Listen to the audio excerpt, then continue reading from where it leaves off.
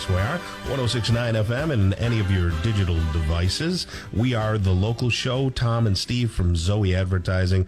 Also on the Zoe Advertising YouTube channel, right? You got it. So just go to Zoe Advertising on YouTube and look at the local show, and you can look and watch Tom. Not only hear Tom, but watch Tom and see how handsome he is. Sure. And it's like pulling the curtain back. And get to know the guests a little better. And certainly smash and like and all those things, Tom. Right, yes. Well, because people, in order to make that propagate through the YouTube algorithm, they have to like it, and then they should follow us. Right. And subscribe to the Zoe, because we put up other content there, too. Absolutely. It's very nice. And if we say something that they don't like, then they well, yeah, we can.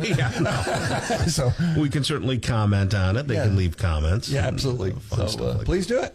All right. Well, it's our pleasure to talk with John Tomino. He's the co-founder of In My Father's Kitchen. How are you, John? Tom and Steve, I'm awesome. This location is beautiful. I was just telling you guys off air, but I wanted to make sure the people in the community know that you guys stepped it up a notch here in your facility. Well, this is, our lease expired on the other place, and we started looking, and started building, and the studio you're in here was one room, and then Tom had some ideas. Could we expand it? Can we make it a little more roomy? And we're going to record in here, and so here we are.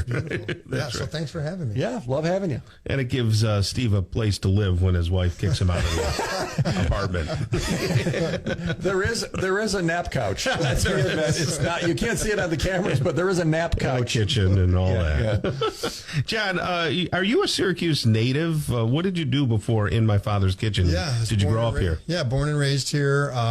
The running joke in my family is my parents came over to the United States in 1964. My mom was carrying me in pregnancy, and I was born here in Central New York in Syracuse, and been here ever since. Never left. Went to public high school, parochial school as a kid. Lived in the inner city my whole life. I live on the north side with my wife and own a home there now. And I was a restaurateur before I started In My Father's Kitchen. Are you full Italian? Half. My dad's Sicilian. Left Sicily after World War II as a young boy, 12, and then landed in Argentina, where he met my mother. So I'm half Spanish and half Sicilian. You must be a really good cook. Because those two cultures are fantastic. And very passionate. I'm trying to control myself and not use my hands as I speak. Well, that's okay. Yeah, you don't tap the thing. Smash the table. But you can certainly put your hands all over the place. I do. He does. Absolutely. Hey, what's the primary mission of In My Father's Kitchen? So In My Father's Kitchen was born because of an experience I had with a homeless individual on the corner. And the mission is direct street outreach. So we're going out to individuals and bringing services to them where they're at in homelessness. So it's using food as an initial vehicle to make first contact with someone.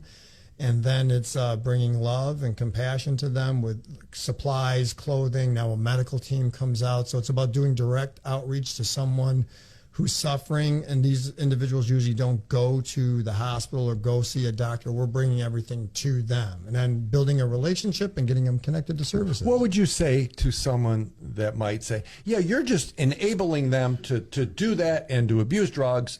So I'm a guy who overcame 2 addictions. I have 2 brothers that overcame their demonic addictions as well.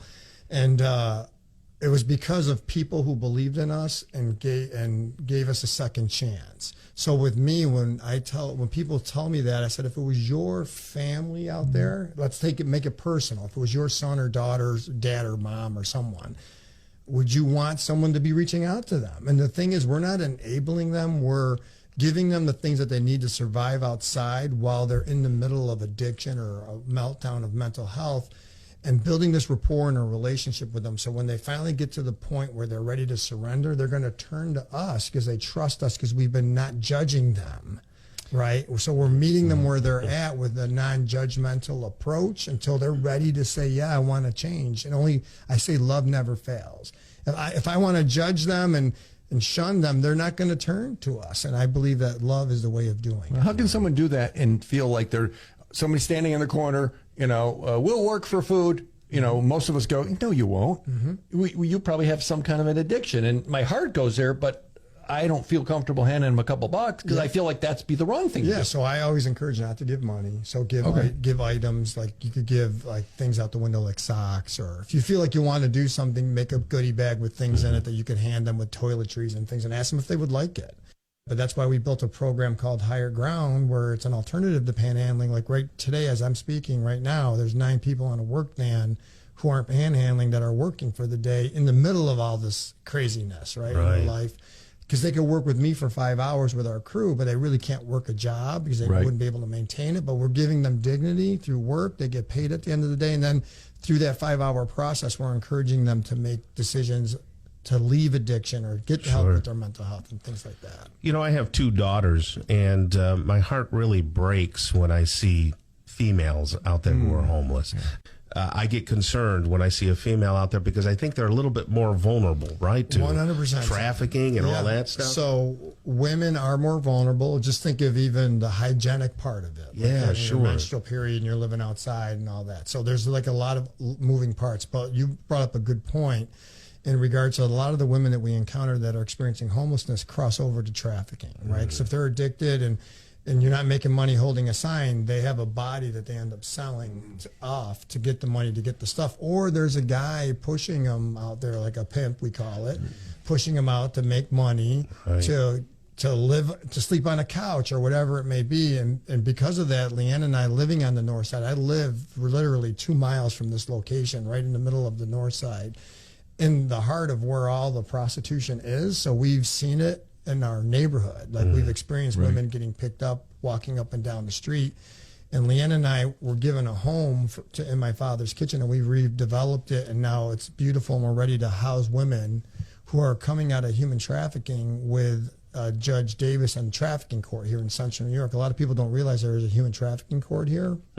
Women who get picked up on a charge of prostitution could go through human trafficking court, and if they graduate that court process, their charge is vacated after an 8-month process. But we're going to give them an opportunity to live with us now for 1 year. We're going to house 2 women at a time, and we're going to help them come to life. Wow, what a hope. Yeah, right? Life House is what it's called. Yeah. Right, and that could change their whole trajectory, right? If you commit to 1 year, just think about going underground for 1 year and committing to your successful journey of transformation. What's going to happen in a year? I believe these women are going to be totally turned around. That's fantastic. We're talking with John Tomino, ladies and gentlemen. He's the co-founder of In My Father's Kitchen. You can see more at inmyfatherskitchen.org.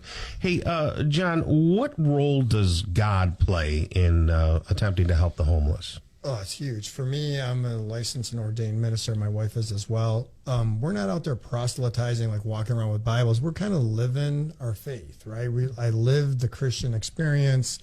I know what happened in my life and how God, when I invited the Lord into my life totally changed. And so we give up people opportunity. They know that's my story. I tell my story.